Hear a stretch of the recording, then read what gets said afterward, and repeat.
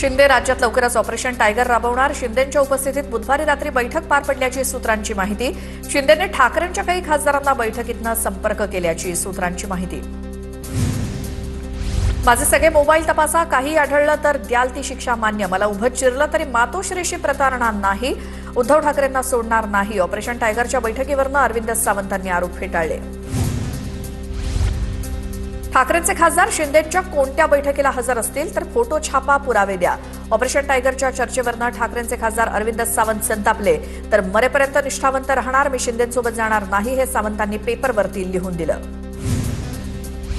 सध्या जे ऑपरेशन सुरू आहे ते फडणवीस शिंदेंच्या पक्षाचं करतायत.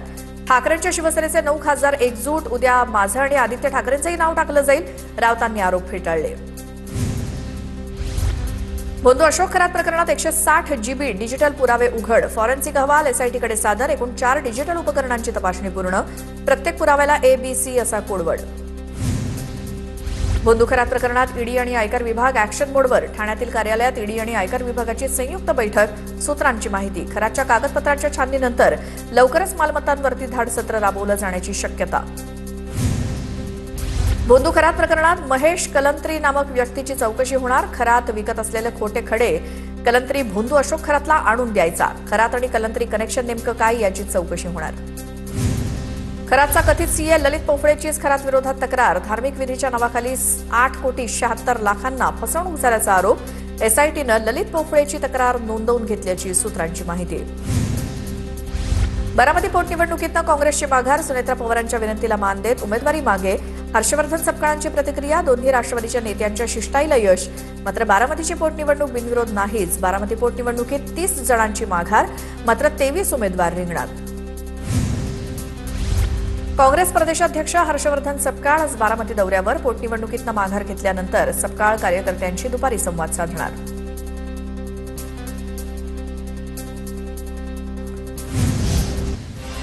बारामती निवडणूक बिनविरोध झाली नाही, हे तटकरेंचं अपयश. तटकरेंनी इतरांना कमी लेखलं, त्यांचा अहंकार नडला. शरद पवारांच्या राष्ट्रवादीच्या विकास लवांडेंची सुनील तटकरेंवर टीका. बारामती आणि राहुरी पोटनिवडणुकीसाठी भाजपकडनं स्टार प्रचारकांची यादी जाहीर. मुख्यमंत्री देवेंद्र फडणवीसांसह 40 नेत्यांचा समावेश. रवींद्र चव्हाण, गडकरी, बावनकुळे, तावडे, अशोक चव्हाण, मुनगंटीवार, चंद्रकांत पाटील, दानवे, राम शिंदेंसह बड्या नेत्यांचा समावेश. राहुरी विधानसभा पोटनिवडणुकीत 7 उमेदवार निवडणुकीच्या रिंगणात. भाजपकडनं अक्षय कर्डिले तर राष्ट्रवादी शरदचंद्र पवार पक्षाकडनं गोविंद मोकाटे निवडणूक रिंगणात. तर वंचितचा उमेदवार आणि 4 अपक्षही निवडणूक लढणार.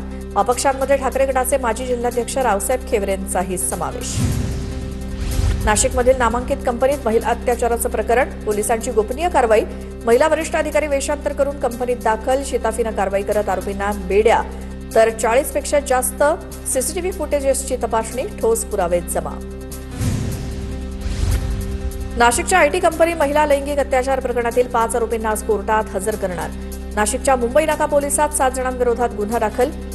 महिलांचं लैंगिक शोषण करून त्यांना मानसिक त्रास, यासोबतच धर्मांतरासाठी दबाव टाकल्याचा आरोप.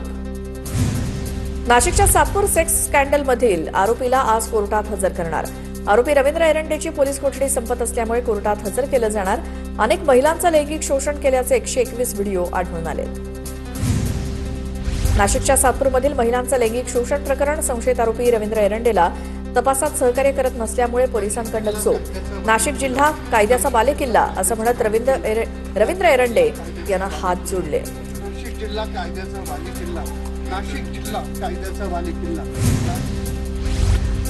नंदुरबार जिल्ह्याला नवीन पालकमंत्री मिळून 25 दिवस उलटलेत. मात्र हसन मुश्रीफ अद्याप जिल्ह्याच्या दौऱ्यावरती आलेले नाहीत.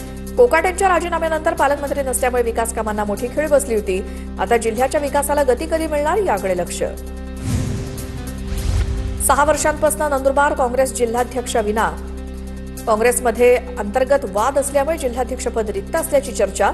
6 वर्षांनंतर तरी काँग्रेसचा जिल्हाध्यक्ष मिळणार का याकडे सर्वांचं लक्ष. जिल्हाध्यक्ष नसल्यामुळे काँग्रेस संघटनात्मक मजबूत होत नाही. मालेगावात महापालिका प्रभाग क्रमांक 1 वरती शिवसेना तर अन्य 3 प्रभागांवरती इस्लाम पार्टीचा सभापती. जिल्हाधिकाऱ्यांच्या उपस्थितीत मनपा सभागृहात निवडणूक प्रक्रिया पार पडली.